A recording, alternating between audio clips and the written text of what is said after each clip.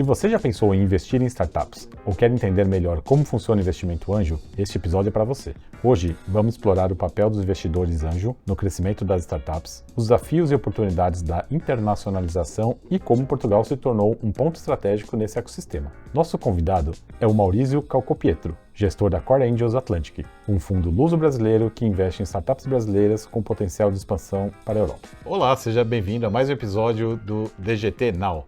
Hoje estou aqui com Maurício Calcopietro. Muito bem-vindo, Maurício. Obrigado. Prazer tê-lo aqui. Prazer para mim também estar aqui com vocês. O Maurício vai falar um pouco com a gente hoje sobre investimentos anjos, para quem é investidor e para quem não é investidor também. Eu acho que tem oportunidade para todos que querem fazer investimento ou transformar os seus investimentos em modelos diferentes de investimento. E eu já quero te perguntar logo no começo isso, Maurício.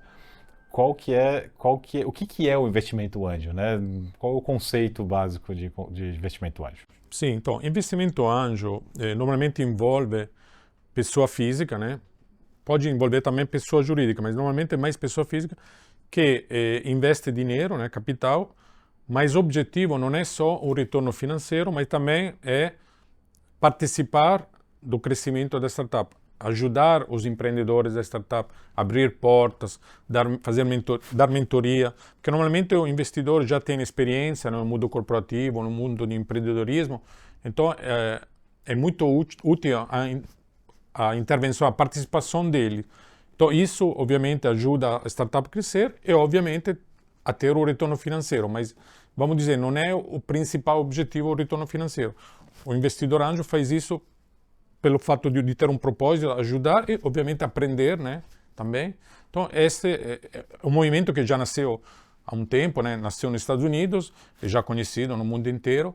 E, então, é interessante porque entra em um momento da startup que é uma fase inicial, que é onde é mais difícil ter investimentos de fundos, né, ou de bancos. Então, é interessante porque ajuda a startup nesta fase inicial, que é crítica, mas não só, repito, não só com dinheiro, mas também com mentoria. Isso é o ponto, diria, mais importante.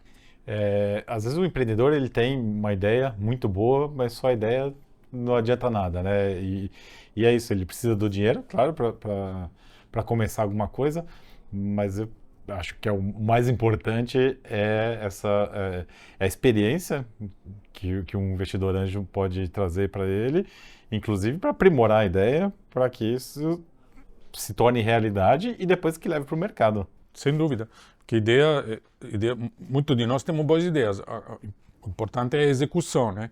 E os investidores anjo com experiência podem ajudar esses empreendedores realmente a crescer e apontar coisas que às vezes eles não enxergam porque não têm esta experiência. Então, é fundamental realmente esta participação dos investidores. Você falou de propósito, né, Maurício? Então, o investidor anjo ele precisa ter um propósito ali, não é só pelo dinheiro.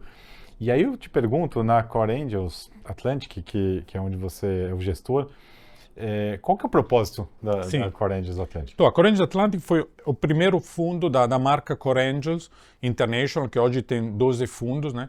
Atlantic foi a primeira, nasceu em 2019. Então, peraí, antes da Core Angels Atlantic, existe uma Core Angels International. Sim, uma Core Angels International. Só que guarda-chuva. É guarda-chuva, exato. Mas a Core Angels Atlantic foi o primeiro fundo, né? Junto com a Atlantic Up, foi criada a Core Angels Atlantic. Foi aqui em Lisboa, inclusive aqui perto. E foi feito o primeiro comitê de investimento, no qual, inclusive, a startup, que se chama SizeBay, né? Foi a nossa primeira saída, exit.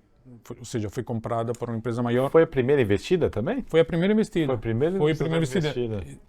Exato. Esse primeiro comitê que aconteceu em final de abril de 2019, né, foi investido em final de 2019, e ano passado teve a primeira exit, que foi exatamente eles que foram comprados por uma empresa, uma multinacional brasileira, inclusive. Então, é interessante porque a primeira investida já, né, tivemos um exit depois de 4 anos e meio. Vamos falar mais disso daqui a pouco. Segura aí que eu vou, tá bom, vou pegar mais informação, que esse é um case muito, muito importante, inclusive para o investidor, né? Que começa a ter retorno. Sem dúvida. Não só do propósito, mas também do dinheiro, né? E como funciona essa rede de investidores da Core Angels? Né? Assim, quais são as vantagens de fazer parte dela? Sim, então a Core Angels Atlantic especificamente tem uma tese de investimento que é a seguinte: investir em startup que vêm do Brasil, brasileiras, que querem entrar no mercado europeu, que querem internacionalizar a partir de Portugal, né? Portugal como porta de entrada, né, para a Europa. E essa é a nossa tese inicial, né? A partir deste ano, a nossa intenção é também investir em startups ibéricas, ou seja, espanholas e portuguesas, que querem ir para o Brasil, porque também tem uma demanda forte no sentido contrário. Mas até agora, então, a nossa tese é investir em startups brasileiras. E hoje, o nosso investidor, hoje temos 7 startups, né, das quais uma, como eu mencionei, teve já um exit. E o objetivo é chegar em 12, 13 startups. E hoje temos 41 investidores. A maioria são brasileiros, né, mas não pode ter outro investidor de qualquer nacionalidade.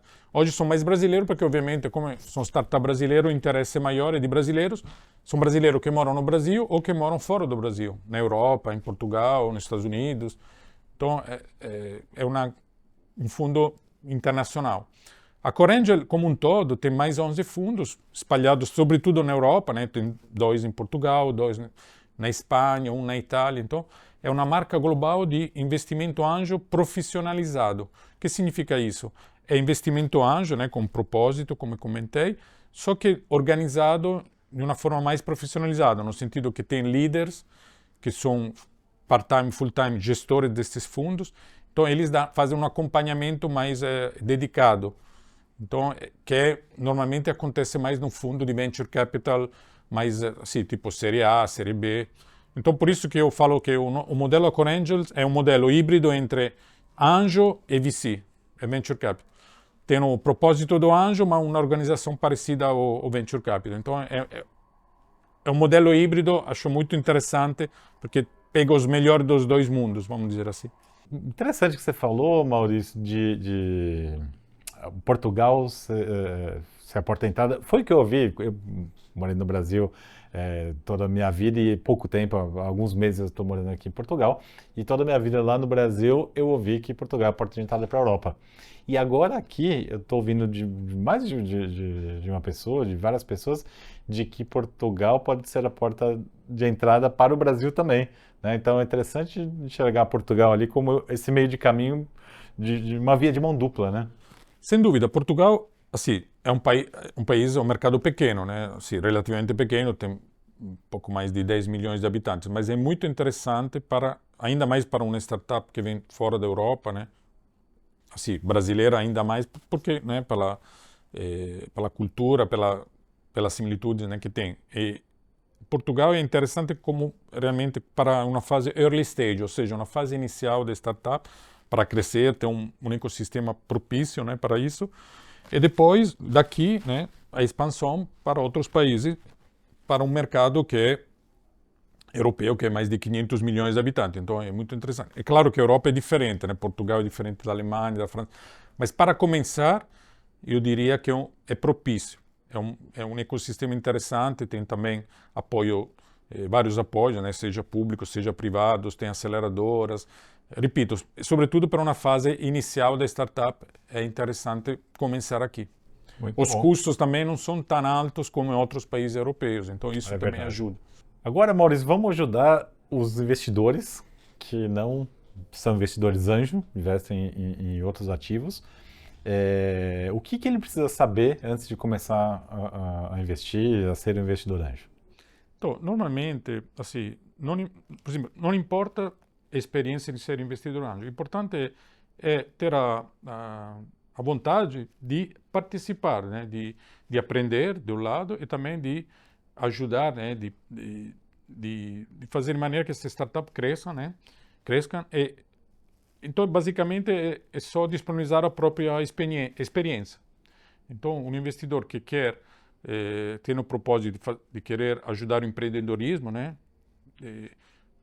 Participa, né, com um capital que também é um mito, que não estamos falando de valores grandes, é um valor relativamente pequeno. É claro, é capital de risco, sabemos que não pode ser mais de 10% do patrimônio, né, da pessoa, mas é interessante para realmente participar de um ecossistema, de uma comunidade e ajudar esses empreendedores a crescer e a própria experiência ser assim, disponibilizada para realmente abrir portas, para mentorar estes empreendedores que às vezes realmente assim nesta fase precisam muito disso. Eu vejo muito assim que muitos empreendedores me falam, claro, o dinheiro é importante, mas nesta fase é muito mais importante ter alguém que assessore, que ajude, que abra portas. Assim, a parte comercial também é importante nesta fase. Maurício, deixa eu entender uma coisa. O fundo, ele é composto por vários investidores anjo. E cada investidor anjo tem um papel nessa mentoria, nesse apoio às startups? Existe um conselho? Como funciona na prática? Então, no modelo da Corendia é interessante porque cada investidor tem direito a um voto. Nos comitês de investimento, quando uma startup se apresenta, depois existe uma votação para definir em qual startup o fundo vai investir. Então, independentemente do capital investido, cada investidor tem direito a um voto. Então, este é democrático, né, a votação. Depois tem o papel do arcanjo, que é um anjo que se dedica mais a uma específica startup. Parece Vaticano, né? Arcanjo, anjo, né? Mas é um anjo que se torna mentor barra advisor, né? Barra conselheiro, né? Desta startup. Então, tem uma participação mais ativa e se torna o ponto de referência, né, do fundo, né, naquela startup. Então, é interessante porque garantimos um melhor acompanhamento, né? Não é só o líder que acompanha, mas também descentralizado, vamos dizer, para outros anjos que fazem esta mentoria, estas reuniões mensais, né, com esta startup. Então, isso garante realmente um follow-up, um acompanhamento maior. Perfeito, perfeito. Eu imagino que vocês acabam fazendo também um papel de ajudar o investidor a entender quais são os riscos, os benefícios, né? E aí eu te pergunto, como que vocês falam, né? Como que é o modelo de meio que uma consultoria ao investidor sobre diversificar seu portfólio quando vai investir numa startup, né? Você já disse, pô, não pode ser mais 10% do seu patrimônio e tal. O que mais de dicas e informações que vocês podem dar? Olha, vários investidores, quando entram, eu te diria que a maioria entra para aprender, porque não tem experiência, mas querem realmente aprender on the job, né? Na prática. E nos nossos comitês é interessante porque depois que a startup se apresenta, existe uma sessão de Q&A, né? De perguntas e respostas, e depois, sem os empreendedores presentes, os investidores, assim, cada um dá uma própria opinião sobre a startup. E isso é interessante porque cada um tem um know-how, um background diferente. Tem investidores que têm um conhecimento maior de varejo, né, de retalho, como se fala aqui, ou de logística, ou da área financeira. Então, é interessante porque cada um dá a própria opinião. Então, o risco é mitigado, porque não é a opinião do Maurício, né, ou do Flávio, é a opinião compartilhada, é a soma, exato. Aí depois tem a votação, então cada um, né, depois desse debate, desta reunião, assim, onde é compartilhada a opinião, então a decisão, realmente, o risco é menor que se a decisão fosse individual. Então, esta é a grande vantagem de investir em um fundo, em um portfólio, e não diretamente em uma startup, porque um portfólio, o risco é mitigado e a opinião também é de vários investidores. Então, por isso que acho que é interessante, nesse sentido. Muito interessante. Quantas startups hoje já são investidas? Hoje são 7, né? 7 startups do portfólio. Uma já, como eu comentei, já foi vendida, já tivemos um extra, então hoje são 6. E o objetivo é dobrar, ou pelo menos chegar em 12, 13 startups.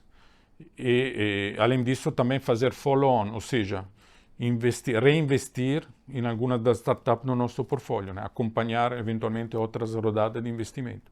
Então, esse é o objetivo. E agora falando do lado da startup, né? Quais são as características das startups que vocês buscam? Tem algum segmento específico? O que ela precisa ser? O que o empreendedor precisa ter para falar com vocês? Ou vocês buscam, ou o empreendedor que busca vocês? Como que funciona? As duas coisas. Nós temos parcerias com vários fundos, aceleradoras, sobretudo no Brasil, no nosso caso, né? porque para nós é interessante investir em startup já filtrada, entre aspas, né, já investida por outros fundos, né? Então, isso é uma maneira. Outra é indicações, né? Outra também é a startup nos procura. E nós temos um site, né, que é o coreangel.com, onde a startup cadastra, né, registra as próprias informações, né, e se encaixa na nossa tese de investimento, que é startup digital, global, com um faturamento pelo menos de um ano. Por que pedimos isso? Independentemente do valor faturado, mas é importante um ano porque é o período mínimo para ter validado o produto e o mercado no Brasil. Então, é um produto já validado. Então, é uma fase pre-seed, seed, vamos dizer, chamada assim. Então, é nesta fase que nós investimos. É uma startup que está crescendo no Brasil, mas já pensa de internacionalizar.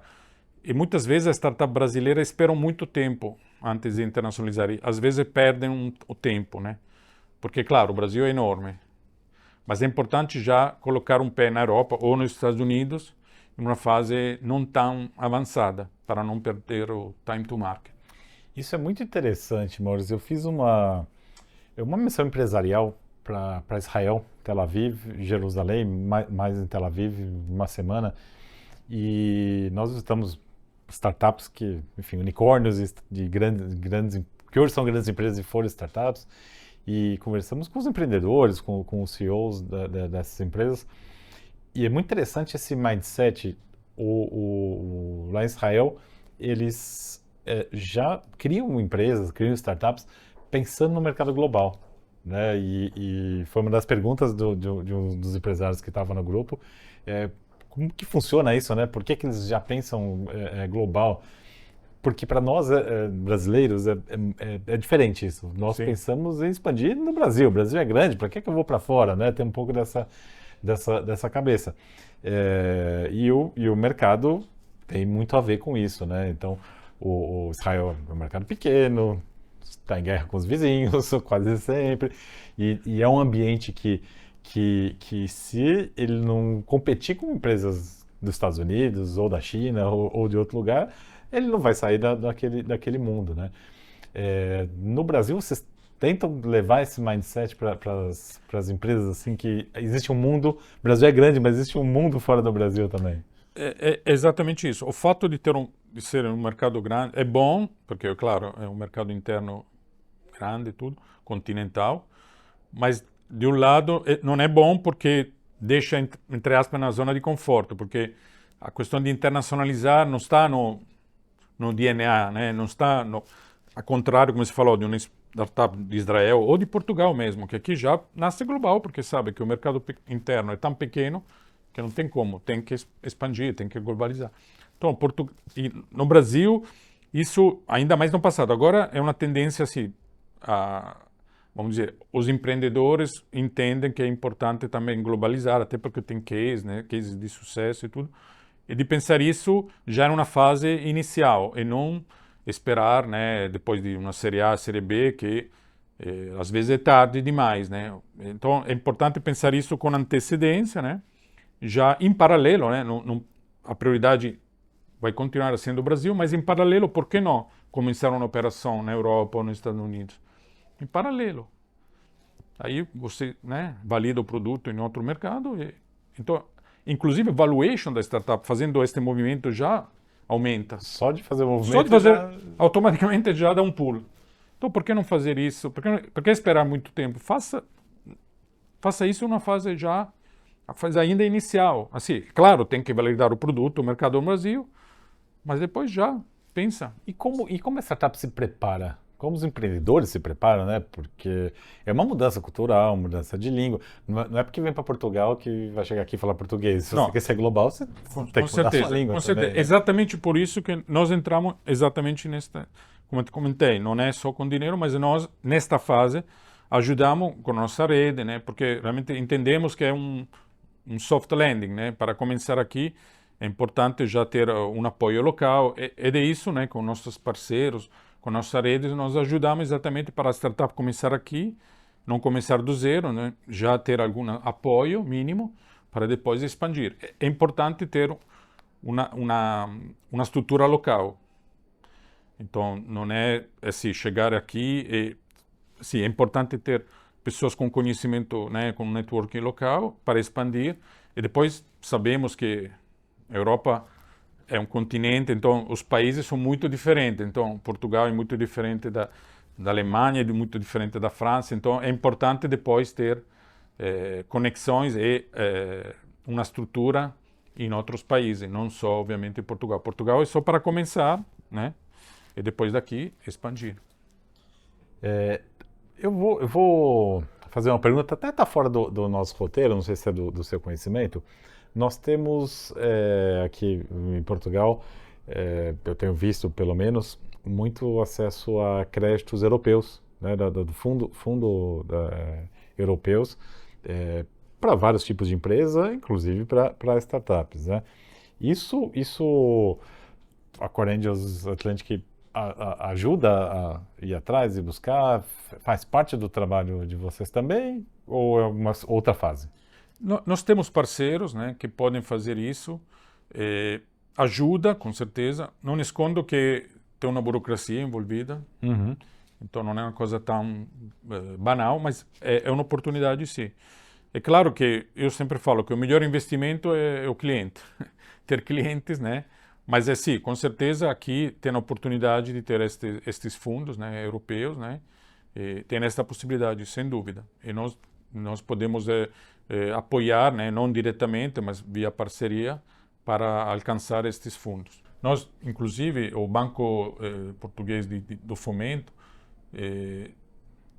quando nós investimos, na época, a cada €1, o Banco de Portugal colocou mais €1. Então, ajudou, na fase inicial, a alavancar os nossos investimentos. Então, isso também é um apoio interessante. Então, não só a startup, mas também... Dobra o investimento que o investidor faz. Exatamente. Também então, para os fundos. Muito interessante, muito interessante. Isso existe ainda? Existe, existe. Muito bom, muito bom. Falando um pouco de futuro, né? Quais são as tendências desse investimento anjo? É aumentar, diminuir, ser de forma diferente? Quem vai investir agora vão ser os computadores, as inteligências artificiais, não mais as pessoas. Tudo agora é inteligência artificial, né? Então temos que colocar a inteligência artificial de alguma forma aqui na conversa. Falando então um pouco de futuro aí, como você vê esse mercado? Olha, eu acredito que o investimento anjo, exatamente porque é uma fase inicial, vai ajudar muito uma startup que nesta fase não tem muito acesso a capital. É uma fase, assim, tem que passar da Vale da Morte, né? Aquela fase que é uma fase inicial que precisa validar o produto, que normalmente os fundos, em uma fase mais avançada, investem quando o produto já está validado, o mercado, né? Ou seja, o risco é menor. O anjo investe em uma fase ainda mais arriscada, porque a startup ainda não está consolidada. Então, eu acredito que o investimento anjo vai continuar a aumentar, tanto que teve uma diminuição, mas teve mais do venture capital em uma fase mais avançada nesses últimos anos. Mas o investimento anjo continua a crescer. Então, eu diria que é um papel fundamental, então vai continuar. E esta participação do investidor em ajudar, em dar mentoria, abrir porta, isso não vai ser substituído pela inteligência artificial. É este olho no olho. É um relacionamento. Relacionamento. Isso vai continuar. Eu repito, o papel é muito importante, muito estratégico nesta fase inicial. Então, eu te diria que assim, é só realmente questão de... Vai aumentar... Nos Estados Unidos já é muito forte, né? Assim, já há muito tempo. E em outros países menos, mas eu te diria que a tendência é aumentar. Quando eu entrei no investimento anjo, era 2016. Investimento anjo tinha pessoas que pensavam que era investir nas igrejas, né? Era bem no começo. Cresceu muito nestes anos. Estou bastante assim, otimista nesse sentido. Muito bom.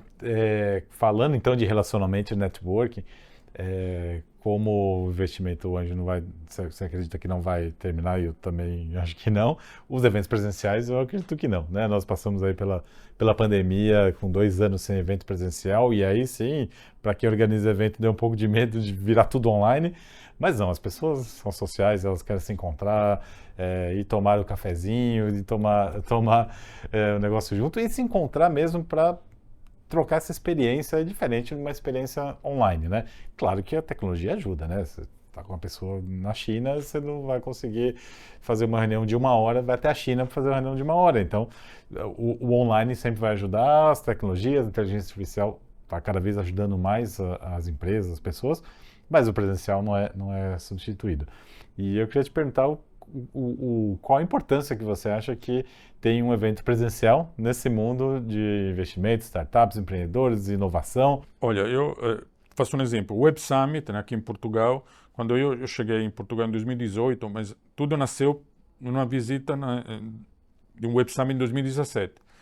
O evento presencial, é lá que eu tomei a decisão de mudar para Portugal.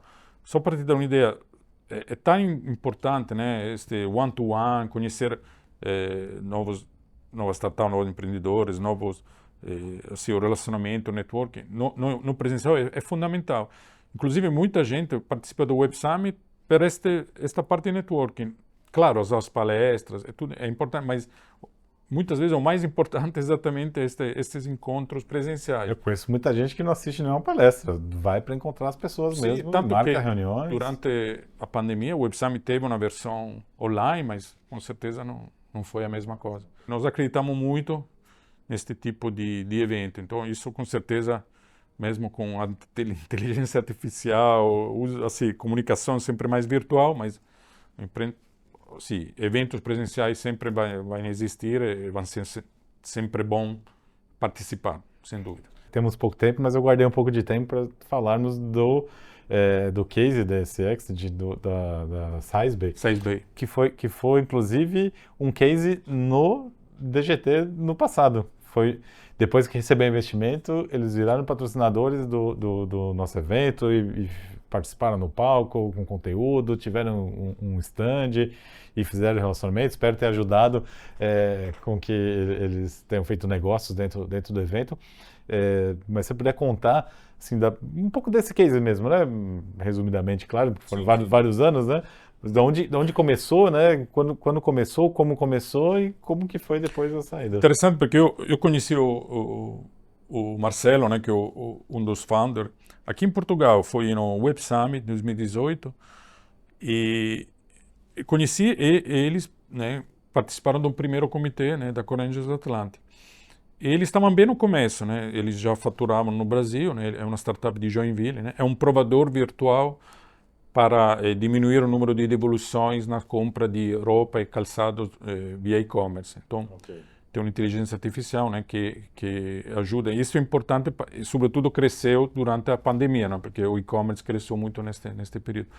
Então, eles, quando nós investimos em 2019, né, começaram aqui em Portugal e começaram a ter clientes aqui e depois começaram a expandir no resto da Europa, né, em países chaves, né, Itália, Alemanha. Então, eles fizeram, assim, eles tiveram, no lugar de investir em um departamento de vendas, de ter um custo fixo, acho que é um case interessante porque eles começaram a ter representantes estratégicos nestes países. Então, um custo variável, né, claro, pagando bem, né, condição boa, claro, mas claro.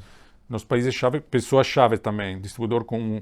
Que não é fácil de achar, né? Que não é fácil de achar, trabalho. Mas no caso deles, então, eles começaram a crescer e, assim, aproveitando também do período da pandemia, né, cresceram, e, inclusive expandiram também para os Estados Unidos. Então, este é um caso interessante. Então, startup brasileira que começa em Portugal, expande na Europa, em paralelo também expande nos Estados Unidos. Que é um mercado difícil de competir dentro do e-commerce, né? Que é super competitivo. Sem dúvida. E com isso, obviamente, eles ganharam visibilidade, né?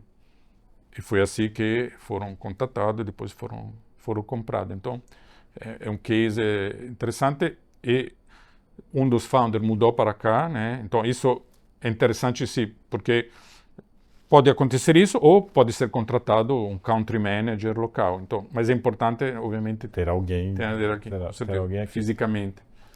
E a empresa que comprou eles foi no Brasil? Sim, uma empresa que chama Audaces, uma empresa de Florianópolis, né, uma multinacional presente também na Itália. Então, é já internacional e foram eles que compraram. Então, que é interessante. Muito bom, muito bom. E tenho certeza que na próxima conversa que a gente tiver aqui já vai ter mais cases aqui para contar. Esperamos. Vamos levar Esperamos cases para o palco também, dos nossos sim, eventos sim. e assim vai. Bom, estamos aqui então no final do nosso tempo. Maurício, para finalizar, se você quiser deixar alguma dica para os investidores que tiverem interesse em conhecer um pouco mais, por onde eles começam? Então, os investidores que querem entrar a fazer parte da Corendia Atlantic, é só entrar no nosso website, né, corendia.com, na parte Atlantic, é simplesmente colocar os próprios dados, né, e depois eu terei uma conversa com ele, uma primeira entrevista e tudo, só para alinhar expectativas e tudo, e o investidor já entrando com capital, já vai entrar, fazer parte dos nossos comitês, das nossas reuniões internas e poder participar. O interessante de entrar na Corendia Atlantic é que existe uma comunidade global, não só Atlantic, mas também de outros 11 fundos. Então, é uma comunidade internacional, então permite, além de ter o retorno financeiro, que é um dos objetivos, mas sobretudo fazer parte de uma comunidade, né, de um networking e poder contribuir com o empreendedorismo a crescer e também aprender, que é sempre importante aprender, né? Então, é uma mão dupla. Muito bom. Essa foi a nossa conversa com o Maurício Calcopietro, gestor da Core Angels Atlantic e que tem um ecossistema da Core Angel Internacional que é fantástico. Quero agradecer a sua presença, o seu tempo. Sei que sua vida é muito corrida ali. Muito obrigado, Maurício. Até a próxima. Obrigado.